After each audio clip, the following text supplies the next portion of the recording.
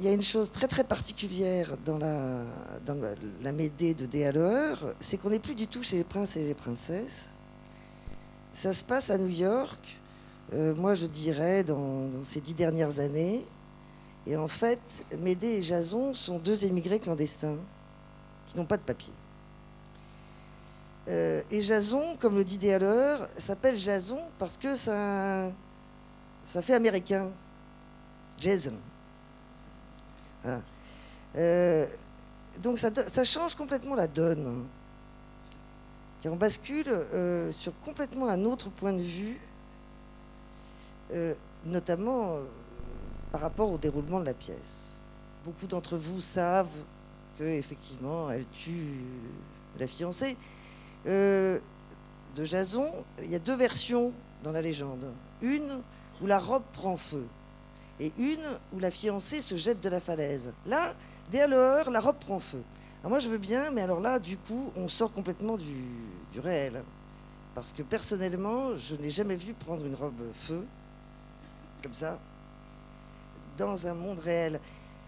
Et ça, j'aime bien, parce que du coup, il y a du coup deux écritures. C'est-à-dire qu'il y a une écriture parfaitement concrète et réelle, accrochée au réel aujourd'hui et maintenant, et puis quelque chose de l'ordre du merveilleux.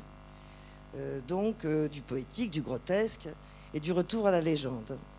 Normalement, il y a 5 personnages, donc Médée, Jason, et puis comme ça, dans ces rencontres au fur et à mesure de la pièce, Médée croise un personnage qui s'appelle Velasquez, qui est un Afro-américain portier, très new-yorkais, mais qui à ses heures est peintre.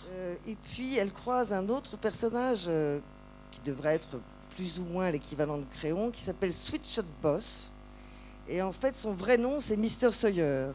Donc je suppose que c'est quelque part un hommage à Tom Sawyer. Vous connaissez tous la chanson, Tom Sawyer, c'est l'Amérique, etc., etc. Enfin, nos enfants la connaissent, les petits-enfants la connaissent, c'est une chanson.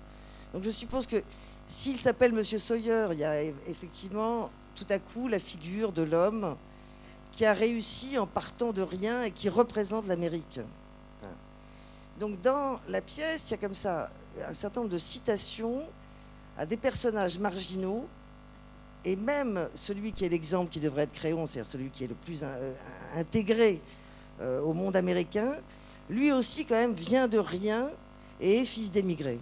La pièce est écrite pour 5 personnages et un enfant, donc 6, et je la monte avec 3 acteurs. Les 3 acteurs sont Anne Bedoin qui joue Médée, Christophe Audan, et un jeune acteur qui s'appelle Marcus Borja, qui fait aussi la musique.